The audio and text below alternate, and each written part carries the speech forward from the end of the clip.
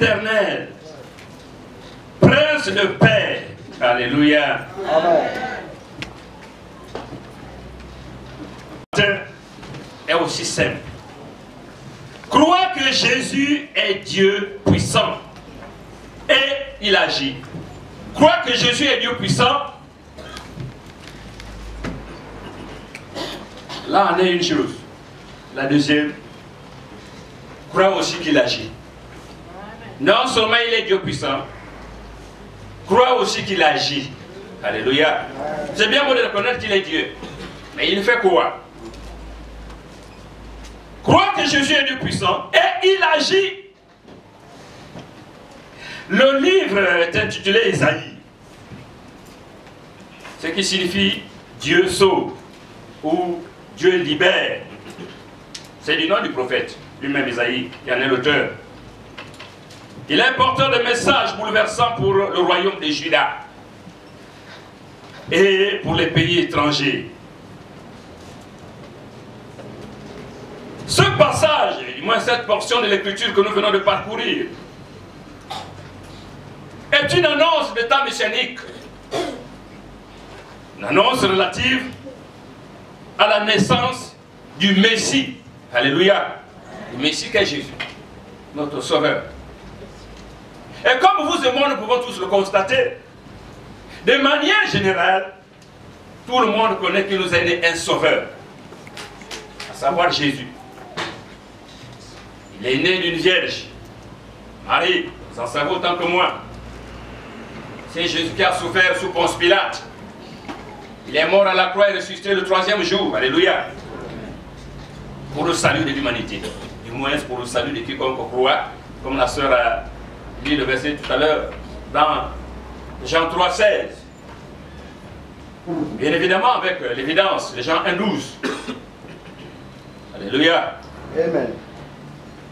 Au regard de cette croyance générale, il y en a ceux-là qui pensent que Jésus est venu juste pour la cause du salut. Après que le monde soit sauvé, après qu'il ait donné le salut à quiconque aura cru à son nom, sa mission s'arrête par là et c'est terminé. Il n'agit plus. Il y en a qui pensent que quand bien même il donne le salut à tous ceux qui vont croire à son nom, mais il agit aussi. Et il y en a qui pensent qu'après qu'il soit mort, il ne reviendra plus. Ou même s'il reviendra, il n'y aura pas un impact. Et il y en a qui doutent même de son existence. Pour d'autres, il y a comme un doute qui plane dans leur esprit au point où beaucoup de nos jours vivent un christianisme populaire, une théologie populaire, ne reposant sur aucune base.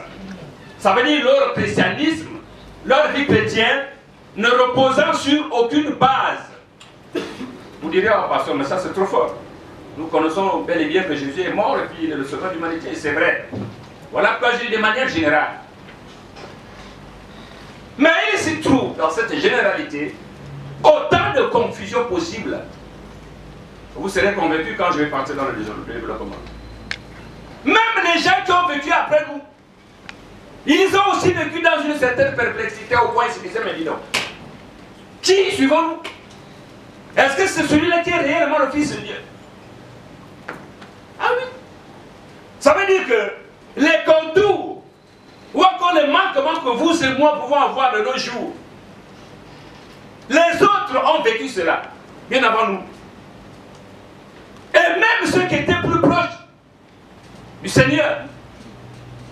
Je pense que pour nous, si Dieu pouvait excuser les gens, je pense que nous serons même pardonnés ou excusés parce que les autres au moins, ils ont vécu avec lui, ils l'ont vu face à face. Ils ont même marché avec lui, alléluia. Amen. Mais nous croyons par la foi, on n'a même pas vu. Si Dieu pouvait juger l'intériorité, je pense qu'il nous pardonnerait. On va dire, bon, Dieu faut quand même nous. Mais ceux-là qui l'ont vu face à face, quelles étaient les bases de leur foi? Quelles étaient les bases de leur croyance? Sur quoi reposer leur croyance? Existe bel et bien. Alléluia. C'est des histoires qu'on invente, qu'on construit autour de la pensée de l'enfant, juste pour faire peur, de manière à le calmer.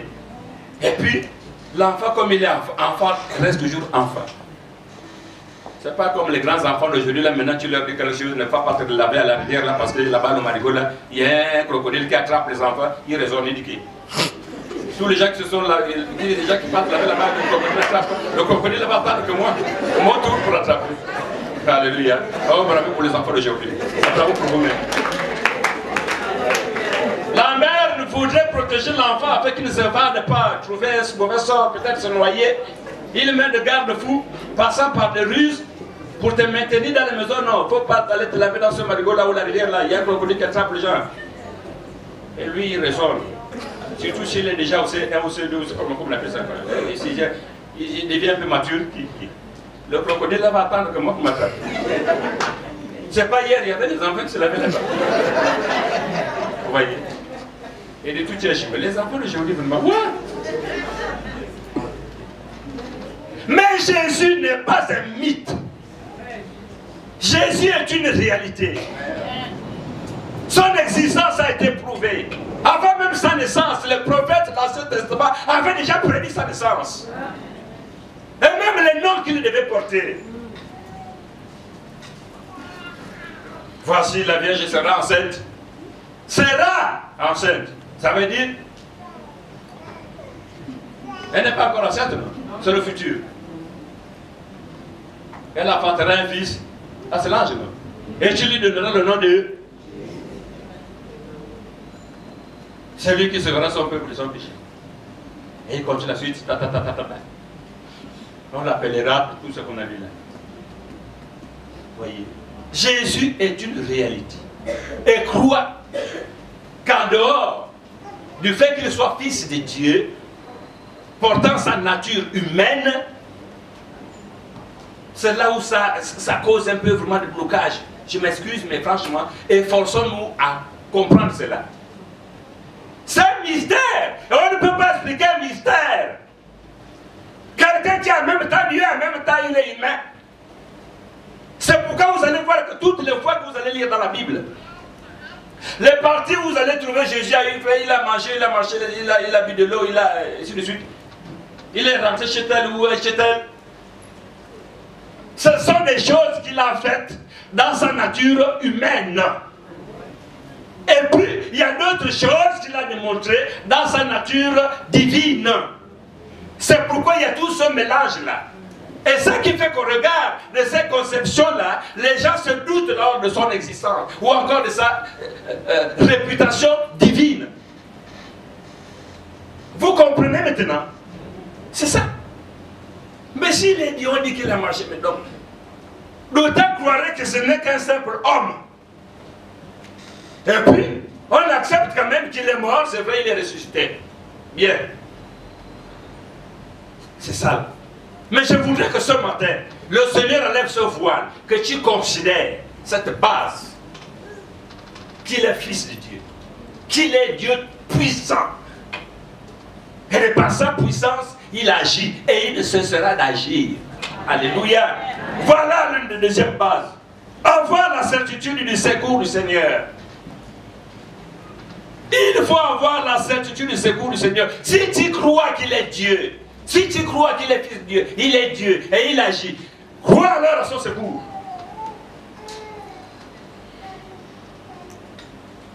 Lorsque nous parlons de la famille chrétienne,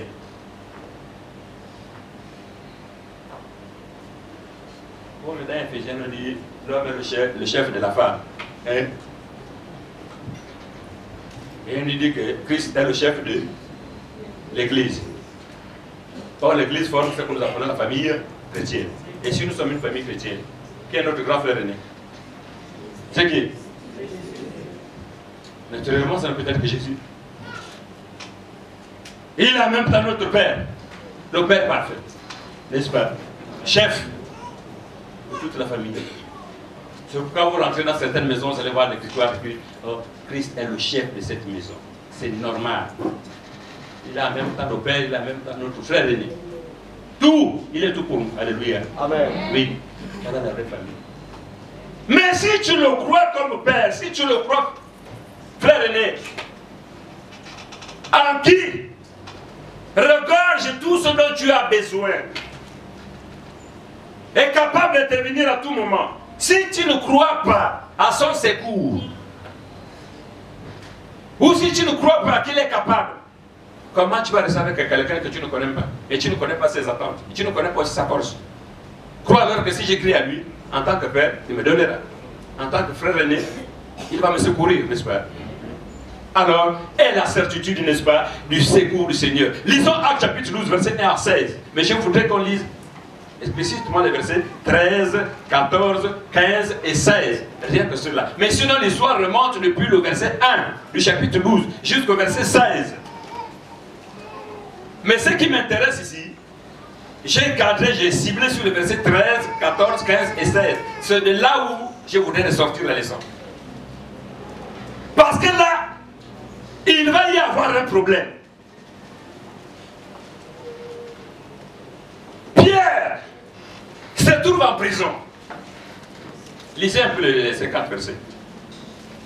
Avant que je l'explique. Oui. Verset 13 à 16. Oui. Il frappa à la porte du vestibule, et une servante nommée Rhode s'approcha pour écouter. Elle reconnut la voix de Pierre, et dans sa joie, au lieu d'ouvrir, elle courut annoncer que Pierre était devant la porte. Ils lui dirent, tu es folle. Mais elle affirma que la chose était ainsi. Et ils dirent, c'est son ange. Cependant, Pierre continuait à frapper. Ils ouvrirent et furent étonnés de le voir. Voilà. Jacques est mis à mort par Hérode et puis Pierre emprisonné. Il va être délivré. Et là, il va être délivré, il y a eu un mouvement. Ça veut dire que les chrétiens s'étaient rassemblés, n'est-ce pas, dans un lieu pour prier. Vous comprenez? Pour prier afin que Pierre soit délivré de la prison. Ce qui est fort étonnant dans cette histoire, c'est que leur prière avait été bel et bien exaucée. Dites Amen. Amen. Pierre était sorti de la prison par le miracle divin. L'ange a fait ce qu'il a fait. Vous lisez ça tout en amont dans l'histoire. Moi, je vous ai situé que l'histoire commence depuis le verset 1 jusqu'au verset 16. Mais pour ce qui nous fait parler là, la leçon que je ressors là, va à partir du verset 13, 14, 15 et 16, sur lesquels je m'appesantis. Parce que là, il va y avoir un problème. Voilà un groupe d'intercesseurs en train de prier en faveur de Pierre. Quoique Dieu va exaucer leur prière, Pierre va sortir de la prison. Malheureusement, quand Pierre se présente, c'est une femme qui va le reconnaître. Ce qui est intéressant, c'est que la femme va croire. Alléluia. Est-ce qu'on peut faire un bravo pour les femmes? Non, faites bien un bravo, très fort. Soyez encouragés les mamans. Soyez encouragés les sœurs. Faites bien bravo. La femme va croire. Et quand elle va mener la nouvelle auprès de ces gaillards, ses frères et les autres qui étaient en train de prier, ceux-là vont se mettre dans un doute absolu. Vous comprenez? Attendez, comprenez bien. Verset 5. Non, je prends à partir du verset. Voilà. Verset 15. Ils lui dirent, tu es folle. Mais elle affirma la chose était ainsi. Ils vont même jusqu'à traiter la femme là de folle. Il doute. Pierre qu'on a enfermé par quel miracle peut sortir de la prison. Mais finalement, vous priez donc pourquoi? Womo. Ah, voilà un groupe d'être. Beaucoup sont comme ça. Messieurs et mesdames les intercesseurs. Excellences, messieurs les intercesseurs et mesdames les intercesseurs, avec tout le respect que je vous dois. Voilà un exemple typique, banal, désolant, humiliant, choquant.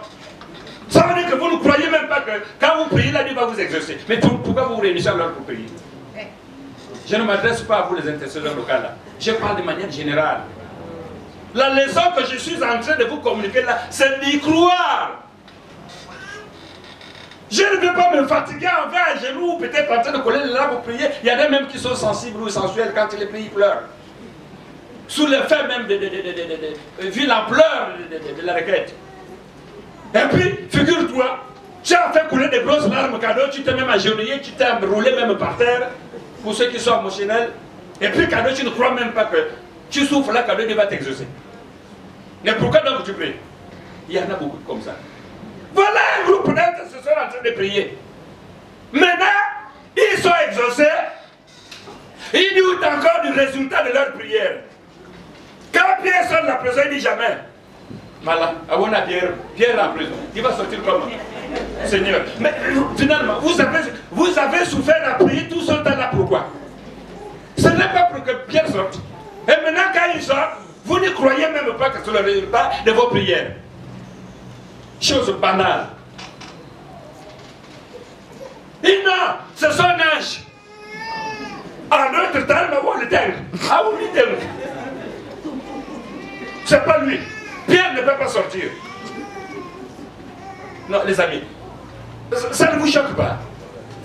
Vous priez. Vous adressez des prières au Seigneur. Et par la suite, vous n'y croyez même pas à l'exaucement de vos prières. Mais pourquoi donc tu te fatigues à prier? L'affaire là me gêne beaucoup, sincèrement. Donc ça veut dire que tu fais semblant. Voilà pourquoi j'ai parlé d'une chrétienté populaire. Un christianisme populaire. Une foi populaire. Une foi ne reposant sur aucune base. Pour beaucoup jusqu'aujourd'hui. Il prie là, il n'est même pas sûr que Dieu va le répondre. Dieu va le répondre. Ou il n'est même pas sûr que Dieu est capable d'opérer un signe, un prodige à sa faveur. Il n'est même pas sûr que Dieu va opérer une merveille à sa faveur. Mais tu souffres à prier, donc pourquoi? Voilà les chrétiens nonchalants, voilà les chrétiens qui superficiels, voilà les chrétiens. Mais pourtant le nom chrétien est très beau à porter, les gars même joli, n'est-ce pas? Dis à quelqu'un que tu es païen, il va t'insulter, il va se fâcher. Mais c'est sérieux. Parce que tout le monde voudrait se cacher sous la couverture chrétienne. Dis à un enfant que tu es quelqu'un que tu es chrétien, quoi qu'il soit païen, vous connaissez bien qu'il est païen. Mais dis-lui qu'il est païen, pourtant ce n'est pas une insulte. C'est le nom de celui qui n'est pas chrétien. Mais dis à quelqu'un qu'il est païen. Quoi? Moi je suis chrétien baptisé depuis Jérôme. Par le père Jérôme. Communié, confirmé, il chiffrait tout là, taloché peut-être même. Vous voyez? Parce que ça fait honte de porter le nom de chrétien. Tout le monde voudrait être, voilà, tout ça fait honte de porter le nom de païen. Pourtant, ce n'est pas une insulte. C'est le nom, c'est comme ça qu'on appelle celui qui n'est pas chrétien. Un païen. Si tu es une femme, tu es une grosse païenne d'un point de vue. Mais tout le monde voudrait se ranger du côté des chrétiens. Ça fait beau. Malheureusement, comment tu vis ce christianisme? Comment tu vis ta chrétienté, mon frère, ma soeur? Voilà les intercesseurs. Les gens qui ont marché. Aïe, aïe, aïe. Ils souffrent à prier, et lorsqu'on le dit, ils sont exaucés, ils doutent encore même du résultat des miracles, de leur prière. Mais finalement, vous priez donc pourquoi? Donc vous étiez en train de faire semblant quand les autres ont dit, bon les gars, les amis, venez on va prier. Bon, voilà une foi populaire. Oh oui, d'accord, comme on a dit que venez on va prier, venez on va prier. Ils viennent à la réunion pour prier, cadeau. Peut-être ils avaient même fait, peut-être les barbiers s'est brûlé même dans leur maison, on ne connaît même pas. Et ils venaient souffrir cadeau, tuer tout le temps à cadeau. Ils ne croient pas. Et beaucoup sont comme ça. Chers intercesseurs. En ce Jean-Yves, sur le temps de sonner l'alarme auprès de tes intercesseurs, le groupe que tu diriges, l'intercession. C'est fort. Voilà un exemple authentique. Beaucoup se promènent là comme ça. Mais dans l'ensemble, on dit on est chrétien. Comment est-ce que tu vis ta chrétienté? Si tu crois que Jésus est Dieu, et si tu crois qu'il agit, et donc la certitude de son secours, quand tu es en danger, alléluia, amen. Alléluia, que tu sois en danger ou pas, et cette certitude, que tu pries un Dieu vivant, pas un morceau de bois. Alléluia. En voici. C'était ça le problème que je voulais ressortir. Le doute. Et quand vous lisez Matthieu chapitre 28, verset 17, Matthieu 28, verset 17, c'est Jésus qui va récupérer, n'est-ce pas, copieusement ses disciples. Il dit, si vous avez la foi. Quand Pierre va dire, oh mais Jésus, voici le figuier que tu as maudit, il dit oui. Si vous aussi vous avez la foi, et que vous ne doutez pas encore que vous serez capable de dire, cette montagne, ôte-toi de là, va te jeter dans la mer, et la montagne vous obéit. Jésus ne dit pas que la montagne ne va pas vous obéir. La montagne va hésiter de vous obéir. La montagne va refuser de vous... Non, non. Il dit, la montagne vous obéit, un point, un trait. Ça veut dire que le doute, c'est l'ennemi juré, l'ennemi classe de la foi chrétienne. Alléluia. Amen. Troisième base solide, avoir une grande foi, une foi ferme, une ferme assurance, comme les Hébreux le définissent. Alléluia. Voyons un bel exemple dans Daniel chapitre 3, verset 16 à 18. Mais je prends pratiquement le verset 17. C'est celui-là qui nous intéresse. Parce que c'est de là que je suis en train de sortir la leçon que nous devons appliquer. Daniel chapitre 3, verset 16 à 18. Lisez-moi expressément le verset 17. C'est celui-là que je veux. Daniel. Daniel chapitre 3, Voilà. verset 17. Voici notre Dieu que nous servons, peut nous délivrer de la fournaise ardente, et il nous délivrera de ta main, ô roi. Alléluia.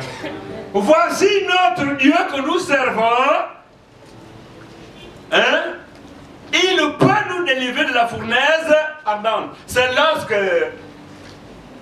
le roi a décidé de jeter les 3 compagnons de Daniel dans la fournaise ardente. C'est pas qu'il avait décidé comme ça là. Il y a eu un complot. Ne sachant, voulant accuser les enfants de Dieu, et voyant qu'ils n'avaient pas un motif qui pouvait vraiment faire en sorte que Daniel soit pris dans le piège, ils ont dit, mais comment allons-nous faire cet homme-là intègre?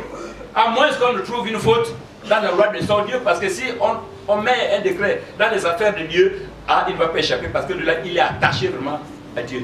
Alors trouvons quelque chose, ils sont allés entêter le roi. Vous comprenez? Alors il a écrit une lettre, une défense, que quiconque va encore adresser des prières dans ton royaume là, à une divinité ou un homme, au roi, qu'ils soient jetés dans la fournaise ardente. Et puis, ce complot l'a plu au roi au point où il a signé ce décret. Maintenant, les gars tout contents, ils partent en cachette, voir, il se rend compte que Daniel faisait sa prière 3 fois par jour. Ils viennent promptement au roi. N'est-ce pas, tu as écrit? Hein? Il y a une décision portant interdiction, n'est-ce pas, d'adresser une prière à quelconque divinité. Mais Daniel, il fait sa prière 3 fois par jour. Voilà. Ce qui est intéressant à découvrir beaucoup de leçons. C'est un bon intercesseur. 3 fois par jour. Vous priez combien de fois par jour? Il y a des gens, ils se lèvent le matin, ils prient une fois, Seigneur, merci pour la journée, et puis il s'en va. À midi, quand il vient une fois, il baille déjà, c'est fini. C'est la nourriture qui devant lui mange. Quand la nuit arrive, sous la pesanteur, n'est-ce pas, du sommeil, après avoir passé de longues heures en train d'attendre la série, tu vas dormir quand le match. Là, vous attaquez les hommes, mais vous, les femmes, la série. Je parle de la série, voilà. On est fatigué, on va se jeter sur le lieu de prier, même pas. Une fois tu bailles déjà deux fois, Seigneur, toi-même tu connais. Tu connais quoi? Toi-même tu connais le même problème, Seigneur. C'est fini, tu dors. Tu connais quoi? Dieu te demande de prier. C'est pas Seigneur, toi-même tu connais. Je vais me prier même demain. Non, les amis. 3 fois par jour, Daniel faisait sa prière. Voilà un bon exemple d'intercesseur. Je ne vous commande pas de prier 3 fois par jour. Si vous pouvez faire plus, c'est bien. C'est bien. L'autre priait 3 fois par jour. Et quand il vient de commencer à rapporter au roi, il dit, ah bon? Bon, mais d'accord. Allez, venez ici. Allez, il les a jetés dans la fournaise. Ce qui est intéressant dans cette histoire, le verset 17. Quand les enfants de Dieu avaient signé que jamais, qu'il pleuve, qu'il neige. Alléluia. Qu'il pleuve, qu'il neige. Nous n'allons pas adorer. Nous n'allons pas adorer quoi? Voilà, qu'il avait érigé. Parce que c'était ça le problème. Il fallait aller adorer ces procédés. Parce qu'il dit qui? On n'a jamais appris à adorer les idoles. Maintenant, toi, tu vas nous dire quoi? Jamais du tout. Alléluia. Amen. Ils avaient complètement refusé. Et ce qui est intéressant, c'est que dans le verset 17, il dit, relis le verset 17 là, c'est très intéressant. Verset 17. Voici notre Dieu que nous servons peut nous délivrer de la fournaise ardente, et il nous délivrera de ta main, ô roi. Voici notre Dieu que nous servons peut nous délivrer de la fournaise ardente. Il ne s'arrête pas là. Les amis, je ne suis pas professeur de français, mais je suis tout de même professeur de théologie. J'ai l'un de mes étudiants qui a eu la licence récemment en théologie. Frère Gilbert, je profite de l'occasion de te présenter. Dans l'institut où j'enseigne. Même si je ne suis pas professeur de français. En tant que professeur de théologie, je sais tout de même qu'en théologie, la théologie, on parle français. C'est pas le musique. C'est pas le pas. C'est pas le côté. C'est le français. En français, quand on dit il peut, ça veut dire qu'il y a une éventualité de ne pas vouloir faire. Est-ce que vous comprenez? Pouvoir et vouloir sont deux choses tout à fait différentes. Pouvoir, c'est une capacité de faire telle ou telle chose. J'ai le pouvoir, j'ai le pouvoir, j'ai la capacité de faire. Donc si j'ai peur, ça veut dire qu'il y a une éventualité de vouloir faire ou de ne pas vouloir faire. Je veux aller aux États-Unis. Si j'ai les moyens, je peux aller. Vous voyez? Les capacités. Si je ne veux pas, je ne parle pas. Vous comprenez? Or,